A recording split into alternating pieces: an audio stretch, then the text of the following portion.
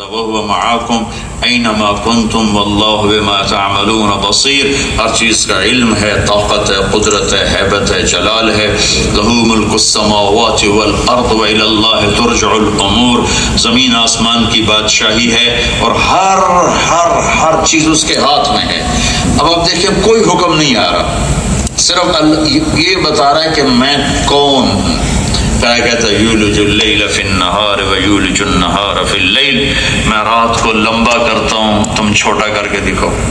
میں دن کو لمبا کرتا ہوں، تم چھوٹا کر کے دکھاؤ. وہو علیم بذات الصدور. تمہارے اندر کے سارے بھید میں جانتا ہوں. اتنا لمبا تعارف کے بعد اب آیا آمنوا باللہ ورسولہ. تو جو اللہ ایسا ہے اس پہ ایمان لے آؤ، اس پہ ایمان لے آؤ. جو اللہ ایسا ہے اس کی مان کے چلو.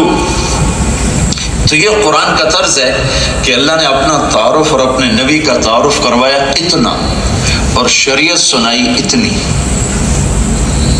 کہ پہلے اللہ کی ہیبت قائم ہو، اور اس ہیبت کے بعد پھر آدمی چھوٹا پڑتا گیا کہ کہنے والا بڑا طاقتور ہے. اپنی عظمت اور ہیبت پھر اپنے نبی کی عظمت اور ہیبت دلوں میں بٹھائی، کہ تاکہ کائنات کو پتہ چلے کہ اللہ کے بعد اگر کوئی ذات ہے تو یہ محمد مصطفیٰ صلی اللہ علیہ وسلم کی ذات ہے. ان کے اوپر صرف اللہ ہے اور کوئی نہیں، ان کے اوپر صرف اللہ ہے اور کوئی نہیں ہے. یاسین والقرآن الحکیم انک لمن المرسلین. اس کو بیان کرنے کے لیے میں ایک دو حدیثیں آپ کو سناتا ہوں. اللہ کے نبی نے ابو ہریرہ نے پوچھا، یا رسول اللہ متى وجبت لک النبوہ، آپ نبی کب بنے تھے؟ تو اس کا جواب ہے 40 سال کی عمر. اور کتابی جواب ہے 40 سال 6 مہینے 10 دن. محرم سفر کے لحاظ سے، جنوری فروری کے لحاظ سے نہیں. تو میرے نبی نے کیا جواب دیا کہ ابو ہریرہ 40 سال نہیں. کہا ابو ہریرہ ابھی آدم کی مٹی کٹھی نہیں ہوئی تھی اور میں نبی بن چکا تھا. یہ ایک حدیث ہوگی. یاسین والقرآن الحکیم انک لمن المرسلین. اس کو بتانے کے لیے میں ایک دو حدیثیں بیان کرنا چاہتا ہوں.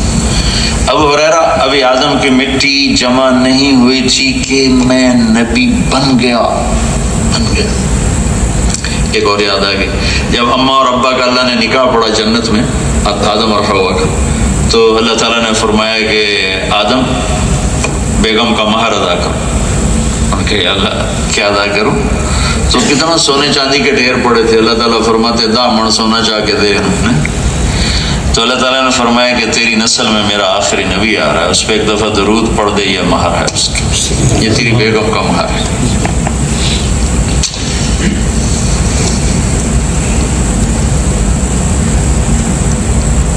آپ نے فرمایا کہ میرے اللہ نے 10 نام رکھے. 10 میرے اللہ نے میرے 10 نام رکھے. میں محمد، میں احمد، میں ماحی، میں حاشر، میں عاقب، میں فاتح، میں خاتم، میں ابو القاسم، میں طٰہٰ، میں یاسین. آخری میں نے کیا کہا بھائی؟ یاسین. میرے 10 نام ہیں. ویسے تو آپ کے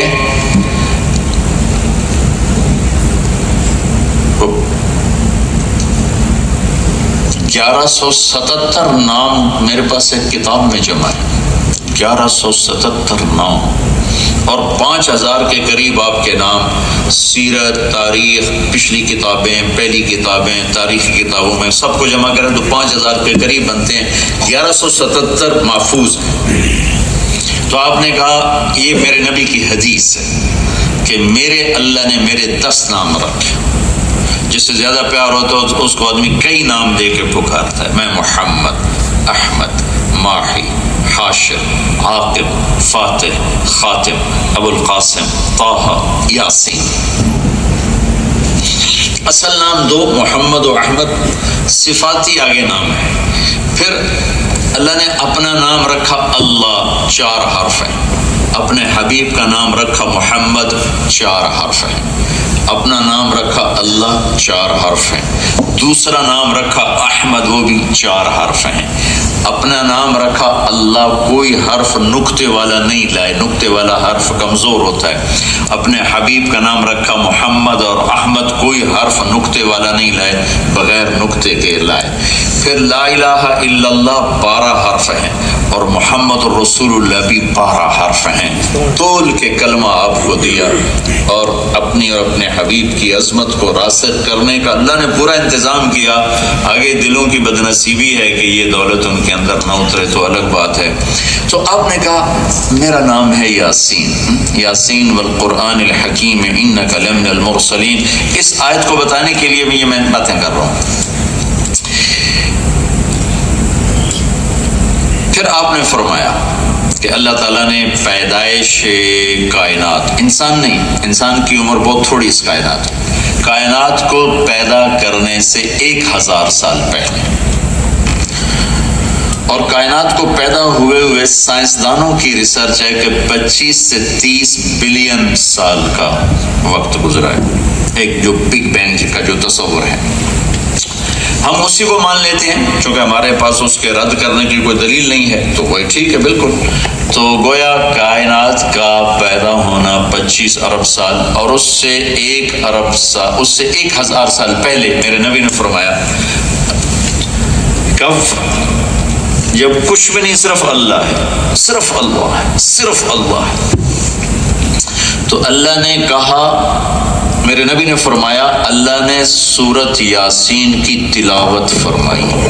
یہ بتانا چاہتا تھا، پیدائش کائنات سے 1000 سال پہلے اللہ تعالیٰ نے سورہ یاسین کی تلاوت فرمائی. اور سورہ یاسین کیا ہے؟ یاسین نام یاد ہے اپنے نبی کا؟ 10 ناموں میں سے آخری نام ذہن میں ہے نا؟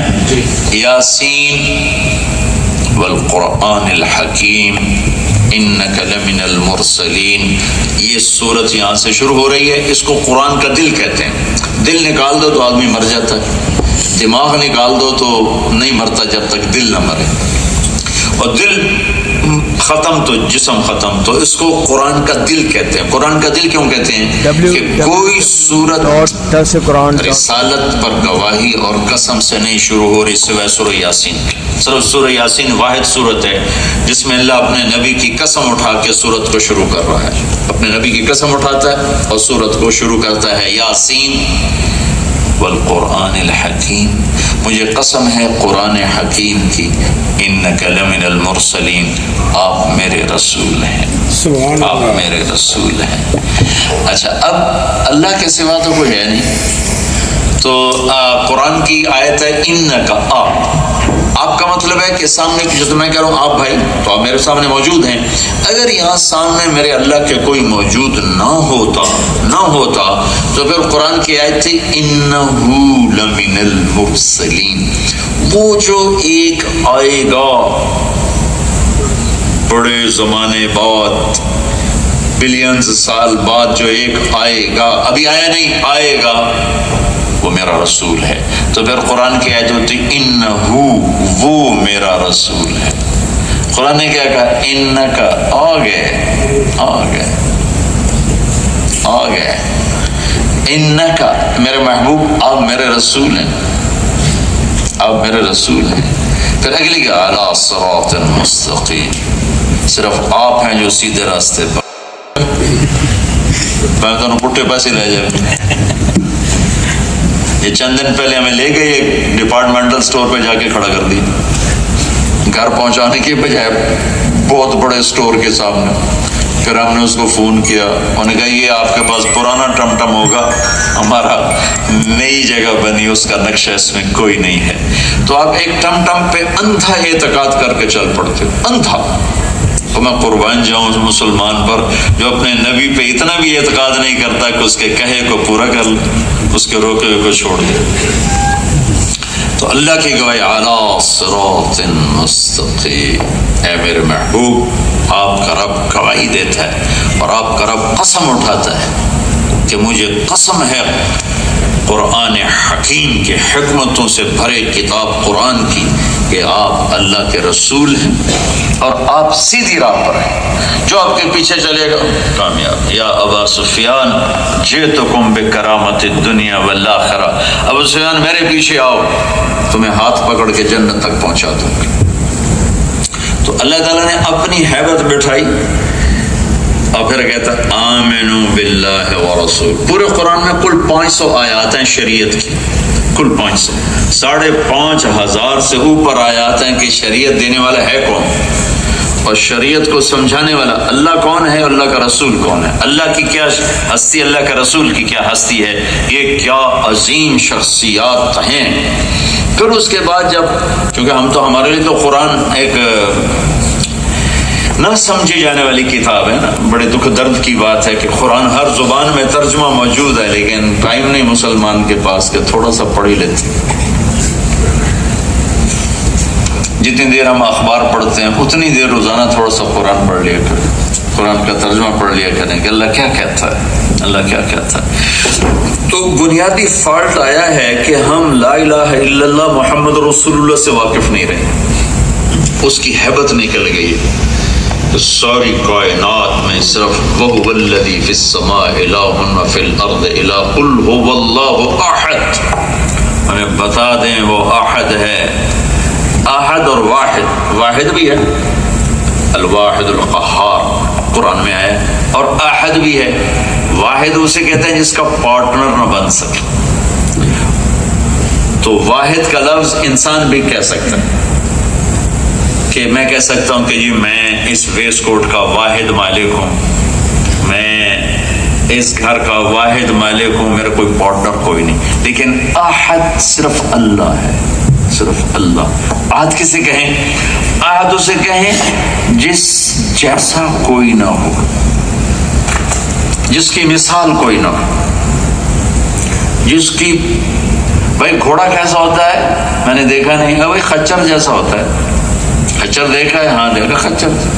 بھائی خچر کیسا ہوتا ہے؟ بھائی گدھا دیکھا ہے؟ ہاں دیکھا ہے گدھے جیسا ہوتا ہے. تو ایک چیز ذہن میں ہوتی ہے دوسری نہیں ہوتی، تو اس کی ہم قریب کر کے سمجھ لیتے. اللہ کہتا میرے جیسا ہے کوئی نہیں، مجھے کیا سمجھو گے، بس مجھ پہ ایمان لاؤ. یؤمنون بالغیب، کہو کہ ہے، کہو کہ ہے.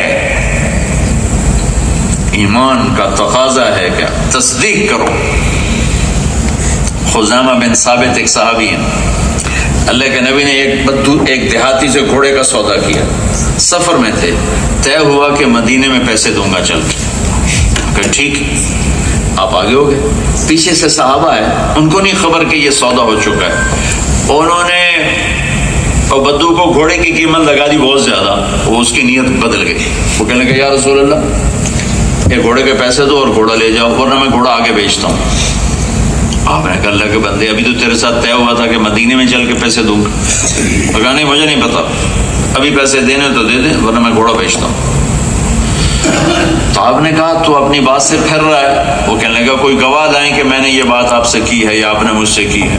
تو اس وقت گواہ تو تھا کوئی نہیں، صرف آپ دونوں تھے. تو سارے لوگ بھی اکٹھے تھے. تو ادھر میں حضرت خزیمہ بولے یا رسول اللہ میں گواہی دیتا ہوں کہ آپ نے یہ بات کی ہے کہ مدینے جا کے پیسے دوں گا.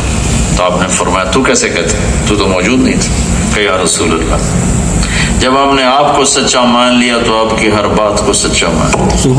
میں گواہی دیتا ہوں آپ نے کہا. تو آپ نے کہا آج کے بعد خزیمہ جس کیس میں پیش ہوگا یہ اکیلا 2 کے برابر گواہ ہوگا، یہ 2 کے برابر اس کی گواہی ہوگی. یہ واقعہ نے قرآن کی ایک آیت کو بچا لیا، اس واقعے نے قرآن کی ایک آیت کو بچا لیا. ابوبکر صدیق رضی اللہ عنہ نے حکم دیا کہ قرآن جمع کیا جائے، کیونکہ یمامہ کی جنگ میں 700 حافظ قرآن شہید ہوئے. تو ان کو خطرہ ہوا کہ اگر ایسا ہوا تو سارا قرآن ضائع ہو جائے گا. تو زید بن ثابت سے کہا قرآن لکھو. تو زید بن ثابت نے 2 شرطیں لگائی. ایک اس آیت کا کوئی حافظ موجود ہونا چاہیے، اور ایک وہ آیت کم از کم 2 آدمیوں کے پاس لکھی ہوئی ہونی چاہیے.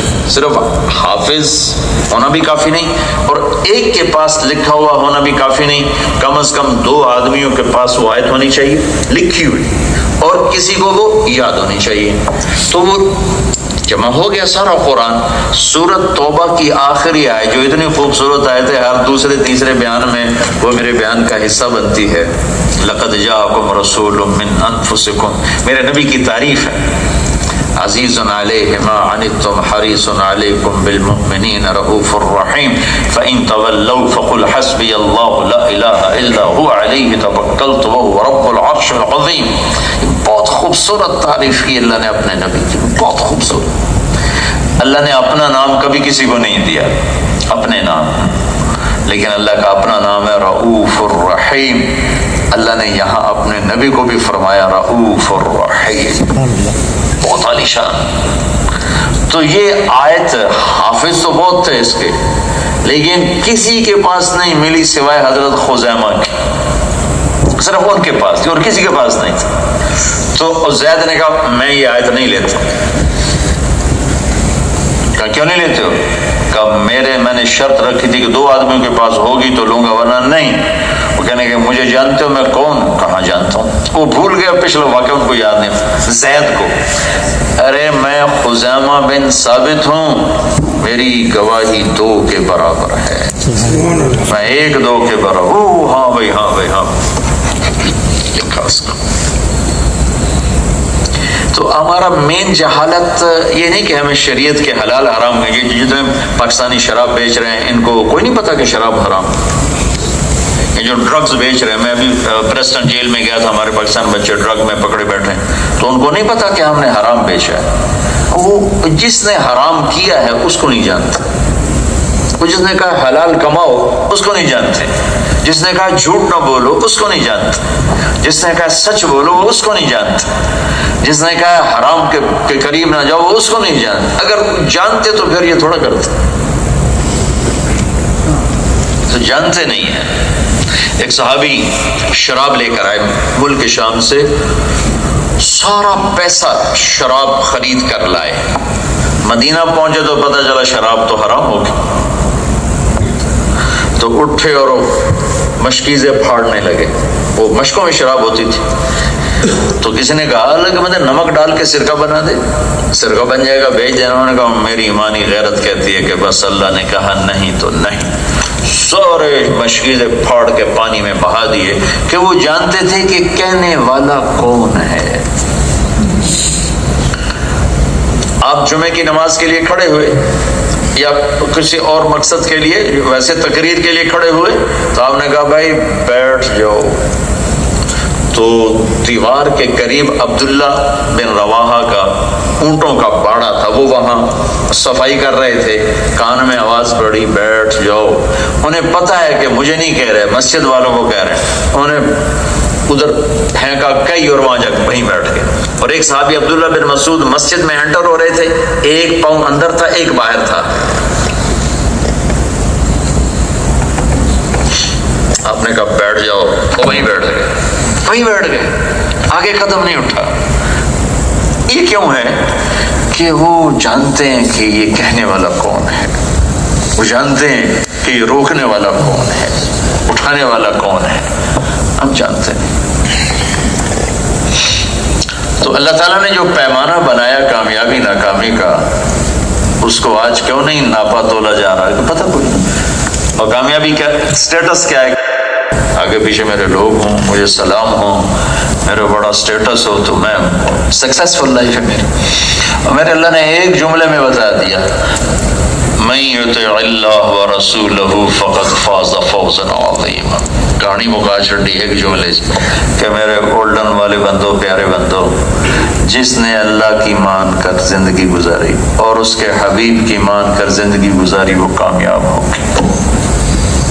سبحان اللہ. اس کو ایک اور طرح بیان کیا، فمن زحزح عن النار وادخل الجنت فقد فاز، جو دوزخ سے بچ کے جنت میں چلا گیا وہ کامیاب ہو گیا۔ پھر اس کا ایک اور مضمون ایک ہی ہے لیکن تعبیر مختلف ہے، فمن ثقلت موازینہ فاولئک هم المفلحون، جس کی نیکیاں زیادہ ہو گئیں قیامت کے دن وہ کامیاب ہوگی۔ یہ کامیابی اور ناکامی کا مفہوم ہے جو قرآن دیتا ہے۔ یہ جو تبلیغ کا کام ہو رہا ہے میرے بھائیو، یہ اللہ اس کے رسول کی اطاعت پر آنے کی محنت ہو رہی۔ ہم کسی فرقے کے ترجمان نہیں، کسی فرقے کو ہم ریپرزینٹ نہیں کر رہے کہ جی ہم فلاں ہیں فلاں ہیں، بلکہ میں تو آپ کے ہاتھ جوڑتا ہوں، میں بہت عرصے سے انگلینڈ آ رہا ہوں، وہ جو پاکستان کے انڈیا کے جراثیم ہیں فرقہ واریت کے، یہاں وہ خوب بھڑک رہے ہیں اور بہت نفرتیں ہیں۔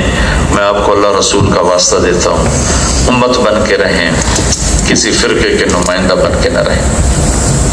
میرے نبی نے دنیا سے جاتے ہوئے آخری بات کی تھی کہ دیکھو میرے بعد ایک دوسرے کے گلے کاٹتے کافر نہ بن جانا، قیامت کے دن مجھے شرمندہ نہ کرنا۔ صحابہ مسجد میں بیٹھے مناظرہ ہو رہا تھا، گرما گرمی بحث شروع ہو گئی، اللہ کے نبی گھر سے باہر آئے، ایک کہہ رہا تھا شریعت کا مسئلہ یوں ہے یہ قرآن کہہ رہا، دوسرا کہہ رہا تھا شریعت کا مسئلہ یوں ہے یہ قرآن کی آیت۔ جب آپ تشریف لائے تو آپ کے چہرے کا رنگ سرخ ہو غصے سے، تو آپ نے فرمایا کیا میں اس لیے دنیا میں ہوں، کہ میں اس لیے بھیجے گیا ہوں کہ تم ایک دوسرے کے دست کے گریبان پکڑو اور کافر بن جاؤ، تم سے پہلے قومیں اسی طرح ہلاک ہوگی۔ تو میں ایک یہ گزارش کروں گا کہ آپ امت بن کے رہیں، مسلم بن کے رہیں، مومن بن کے رہیں، اور ہر مسلمان، چونکہ اللہ کے نبی نے دعا مانگی تھی اللہ ان میں اختلاف نہ ہو، تو اللہ نے کہا نہیں میرے حبیب اختلاف تو ہوگا، تو اختلاف دنیاوی بھی ہوا، سیاسی بھی ہوا، مذہبی بھی ہوا، لیکن کبھی اس کو یہاں تک نہ لے جاؤ کہ سلام کرنا ہی چھوڑ دو اور کفر پر تک پہنچا دو، تو پھر جنت میں جائے گا کون؟ وہابی کہیں سنی کافر، سنی کہیں وہابی کافر، شیعہ کہیں سنی کافر، سنی کہیں شیعہ کافر، تو جنت جاونا کہیں ویلی پہ جائے اللہ دی جنت بڑی وڈی کہیں ہورنوں ہی جاون دیو بھائی۔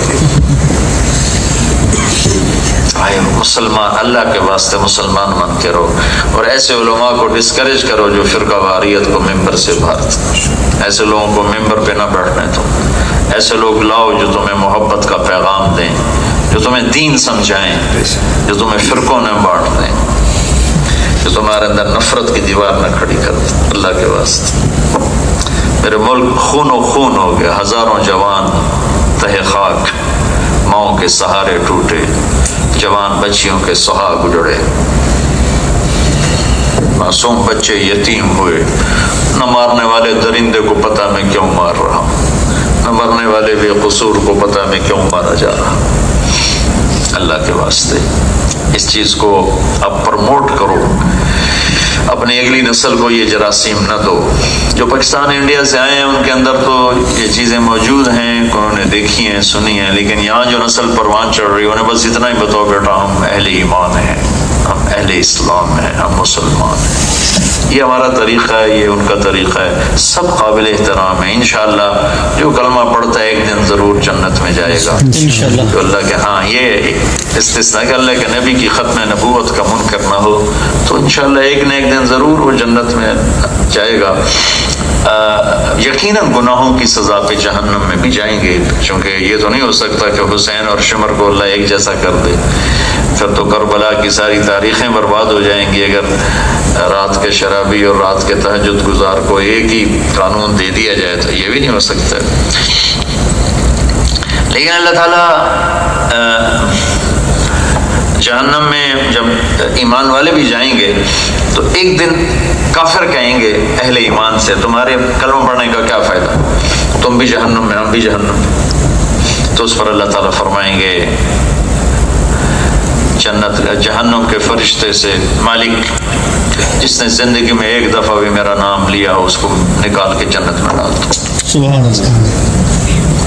تو پھر ایک دوسرا کہ اللہ تعالیٰ کریم مہربان وہ کڑا تھانے دار ہے پاکستان دا، وہ چھتر پھیرنا ہی پھرنا. تو مہربان، معاف کرنے کا شوق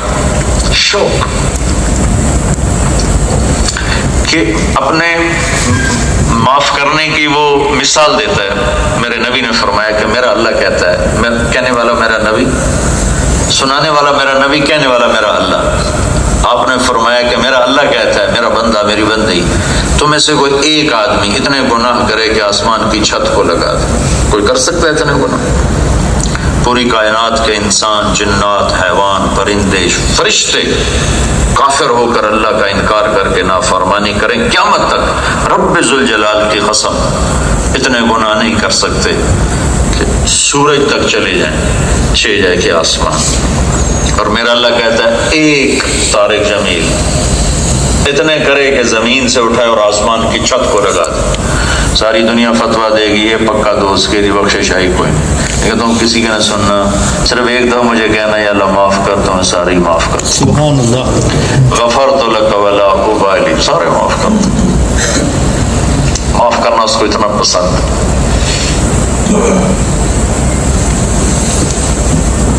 میرے نبی نے ایک واقعہ سنا ہے، ترمذی شریف میں روایت.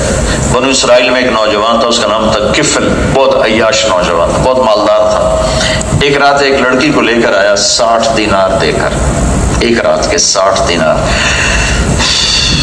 60 دینار کوئی 10 لاکھ روپیہ بنتا ہے پاکستانی سونے کے ریٹ کے لحاظ سے. اس نوجوان کے پاس کتنی دولت تھی جو ایک رات پر 10 لاکھ خرچ کر دیا. جب وہ کمرے میں اکیلا ہوا تو اس نے دیکھا وہ لڑکی رو رہی تھی. تو کفل نے کہا کہ میں نے زبردستی تو نہیں کی، تم خوشی سے آئی، کیوں رو رہی؟ تاکہ اس نے کہا کفل میں پیشہ ور نہیں ہوں، مجھے بھوک نہیں یہاں تک پہنچائے، مجھے غربت نہیں یہاں تک پہنچائے.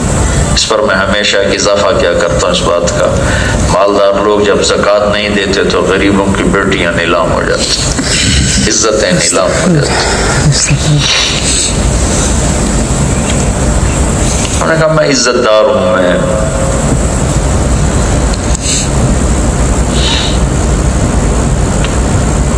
میں بازاری نہیں، میں طوائفوں سے ملتا ہوں، میں کیوں رویا ہوں؟ اس قصے کی وجہ سے نہیں، مجھے وہ کہانیاں سامنے آ گئی جو بچیاں سناتی ہیں نا، میرا کلیجہ پھٹ جاتا کہ انہیں طوائف بنانے والے اسی طرح میاں صاحب بن کے ڈیرے میں بیٹھے ہوئے، ان کے وائٹ کالر پہ کوئی داغ نہیں، لیکن وہ طوائف بن گئی. چودھری صاحب اسی طرح چودھری، سردار بھی، میاں بھی، سیٹھ بھی، بیوروکریٹ بھی اسی طرح، لیکن گھنگرو باندھنے والی طوائف بن گئی. بدوانے والے میاں صاحب کے میاں صاحب ہیں. بڑی دکھ بھری داستان ہے. تم کیا کرو گے سن کے مجھ سے میری کہانی، بے لطف زندگی کے قصے ہیں پھیکے پھیکے.